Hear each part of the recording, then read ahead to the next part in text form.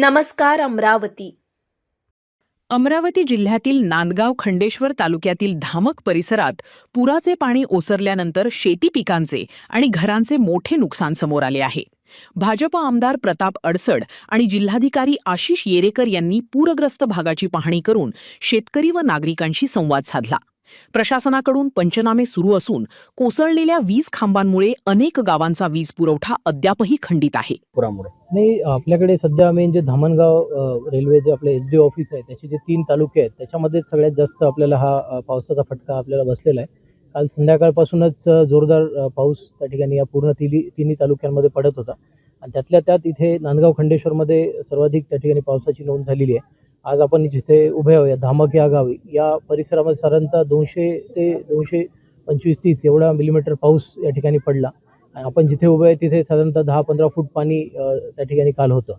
गावकऱ्यांनी अतिशय प्रसंगावधान राखून संध्याकाळपासूनच जे इथे नदीलगतचे जे घरं आहेत ते खाली करण्यास सुरुवात केली होती आणि जे उंचवट्यावर आपली जे PHC आहे किंवा इतर जे घरं आहेत, समाज मंदिर आहे, तिथे गावकऱ्यांनी स्वतःच शिफ्ट होणं सुरुवात झालं होतं. त्यामुळं कुठल्याही प्रकारची जीवितहानी आपल्याला टाळण्यासाठी त्या ठिकाणी यश मिळाले आणि कुठल्याही प्राण्यांच्या जीविताचीही त्या ठिकाणी नुकसान नाही झालं. आता प्रशासनातर्फे आपण या तिन्ही तालुक्यांमध्ये आणि इतरही ठिकाणी जिथे जिथे आपल्याला आवश्यकता आहे ते आमची डिस्ट्रिक्ट डिझास्टर रिलीफ फोर्सची टीम आहे त्या ठिकाणी पाठवत असतो. कालही आम्ही जवळच्याच एका गावामध्ये इथे पाठवून पुलावर पाण्यामध्ये एका गाडीमध्ये जवळपास 10 लोक त्या ठिकाणी अडकले होते. तर त्यांचं रेस्क्यू आपण डिस्ट्रिक्ट डिझास्टर रिस्पॉन्स फोर्स जे DDRF आहे त्याच्या माध्यमातून केलं. तर अतिशय अलर्ट मोडवर सगळं प्रशासन आहे. आता जे नुकसान त्या ठिकाणी झाले, पिकाचं नुकसान झालेलं आहे त्याचे पण आम्ही पंचनामे करतोय. काही ठिकाणी जमीन खरडून गेली त्याचे पंचनामे करतोय. सोलारचं देखील नुकसान शेतकऱ्यांचं झालेलं आहे त्याचे पंचनामे करतोय आणि शासन निर्णयानुसार आम्ही निश्चित त्याच्यामध्ये मदत जी आहे ती तात्काळ करू. आणि या गावच्या पुनर्वसनासाठी पण जे आता आमदार महोदयांनी सांगितलं की आता अंतिम टप्प्यात आहे ते मोजणी झालेली आहे, तर याला सुद्धा आम्ही गती देऊन हा जो प्रश्न आहे या गावचा तो परमनंटली त्या ठिकाणी सोडवायचा प्रयत्न करू. अनेक जे पूल आहे ते हे आपण पाहिलं तर पूल वाहून गेला असं तर नाही आहे. पुलाच्या बाजूचा जो अप्रोच रोड आहे तिथे काही ठिकाणी केविंग जे म्हणतो आपण ते त्या ठिकाणी झालेली आहे, ती आम्ही तात्काळ दुरुस्त करून घेऊ. पाण्याचा एकंदरीत जसं आपल्याला मी सांगितलं की 200 ते 250 मिलीमीटर पाऊस कमी वेळात एक प्रकारचं ढगफुटी टाईप वातावरण झाल्यामुळं एक अतिशय जास्त पाऊस तिथे पडला आणि पाऊस तिथे पाणी साठल्यामुळं ते प्रेशरनी त्या ठिकाणी ते पूल आपला केविंग त्या ठिकाणी झालेलं आहे, तर ते सुद्धा दुरुस्त आपण करूया. पण मेन जे एक जीवितहानी झालेली त्या ठिकाणी त्या व्यक्तीला गावकरी पण सांगत होते की पुलावरून पाणी आहे, तुम्ही प्रवास त्या ठिकाणी केला नाही पाहिजे. तर 2 व्हीलरवर त्यांनी ते गेले आणि त्यांचा त्या ठिकाणी मृत्यू झाला. ते डेड बॉडी पण आपल्याला आता ती सापडलेली आहे.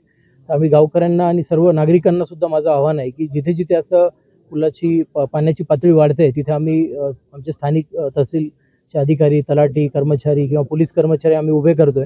तर कृपया आपण जे प्रशासनाला सहकार्य करावे, जे सूचनांचं आहे ते पालन करावं, जेणेकरून अशा प्रकारचे जीवितहानी आपल्याला टाळता येईल. नुकसान तर मोठ्या प्रमाणात आहे, कारण जास्त नुकसान नांदगाव खंडेश्वर तालुक्यात आहे, त्यानंतर चांदूर, त्याच्यानंतर धामणगाव. पण बेंबळा प्रकल्पामुळं त्या बॅकवॉटरचा आणि नदीचा जो काही फ्लो आहे तो फ्लो हँडल त्या पाण्यात न झाल्यामुळं मोठ्या प्रमाणात नुकसान नांदगाव खंडेश्वर तालुक्यामध्ये आहे.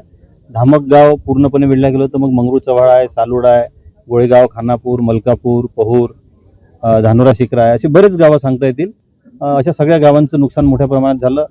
प्रामुख्यानं शेतीचं प्रचंड नुकसान झालं आहे. ते ॲक्च्युअल पंचनामे आल्यानंतरच आपल्याला निश्चितपणे सांगता येईल, परंतु नुकसान मोठ्या प्रमाणात आहे. कारण ज्या पद्धतीनं पाऊस आला आजपर्यंत कधी ज्या लेवलला पाणी गेलं नव्हतं तेवढ्या लेवलला पाणी धामकमध्ये गेलेलं आजपर्यंत इतिहासातलं.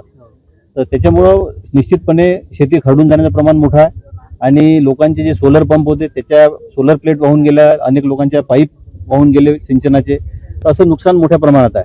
आणि गावांमध्ये सुद्धा घरांच्या पडझडीचं प्रमाण मोठं आहे. एकट्या या धामक गावामध्ये 50 गावामध्ये घरांमध्ये पाणी गेलं आणि त्यातले 4-5 घरं अक्षरशः जमीनदोस्त झाले. त्या कुटुंबाचं सगळं जे काही रोजच्या दैनंदिन जीवनाच्या वस्तू होत्या त्या सगळ्या त्यामध्ये ढिगाऱ्यात दबलेल्या आहेत. त्यामुळे त्यांना शासकीय मदत आजपासून सुरू होईल. संपूर्ण यंत्रणा, जिल्हाधिकारी महोदय आहेत, आपल्या SDO मॅडम आहेत, तहसीलदार मॅडम आहे, सगळी यंत्रणा सोबत आहे. तर शासकीय मदत जी आहे ती 100% सगळ्यांना आजपासून देणं सुरू होईल, नियमानुसार जी असेल ती. आणि शेतीच्या बाबतीतले पंचनामे 3ही तालुक्यातले तात्काळ करायला प्रशासनानं निर्देश दिलेले आहेत, ते सुरूही झाले आहेत. तर तिथे जे जे नुकसान झालं असेल ते शासकीय नियमानुसार निश्चितपणे आपण पूर्ण त्यांना भरपाई मिळेल याचा प्रयत्न करणार आहोत. एक दुसरा महत्त्वाचा विषय पुनर्वसनाचा होता धामकच्या. तर त्या संदर्भात इथं नागरिकांनी आज चर्चा केली आमच्या सगळ्यांशी.